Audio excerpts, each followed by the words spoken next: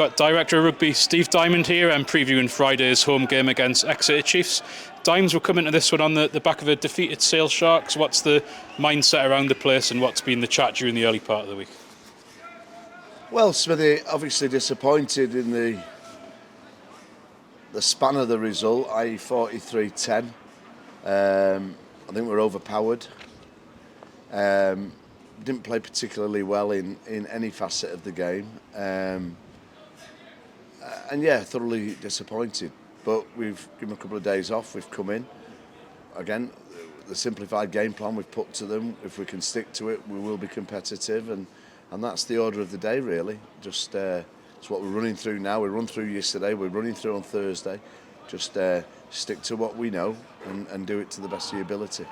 In terms of your role, how much of it's the sort of psychology side of things and how much of it's just rugby coaching? Well, a lot of it's rugby coaching, but equally, you know, keeping the lads upbeat is really important. You know, we don't need to remind ourselves daily of how many losses we've had on the trot. The press do that for us. But we're playing a team that is lacking in confidence also, Exeter. They've also got no wins in this term. And we need to face that challenge with some fear about being cast adrift.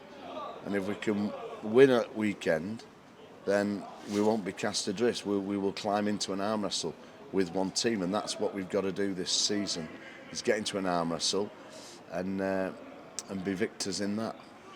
You mentioned some of the media chatter there. We're sort of starting to see a little bit of flack flying around and criticism. Is that something that you as a coaching team channel towards the players and say, look what they're saying about us, or do you just shield yourself from it and try and ignore it?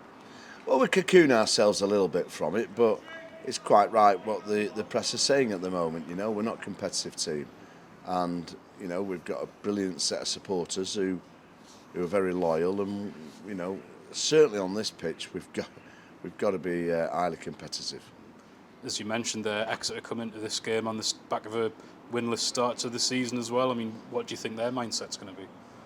Well, they will be wanting to win the game as always, but you know they're very well coached. They're in a similar position to us. They're rebuilding. They're not spending up to the cap.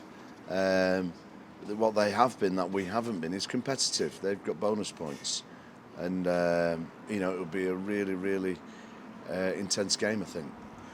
It's two winless teams going into it, so you would think it's a really important game. Is that something you sort of hype up to the players, or is it a case of playing it down and just playing the game on its merits? No, I think we've highlighted to the players the importance of the game, the importance of winning, certainly here, and to put some fear factor into us.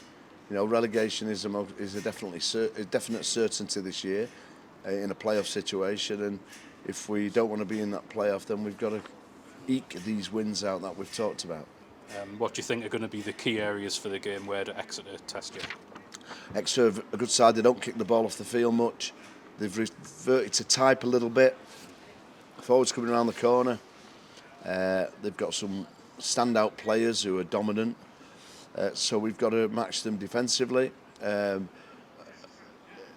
We haven't conceded most tries or points in the league at this moment in time.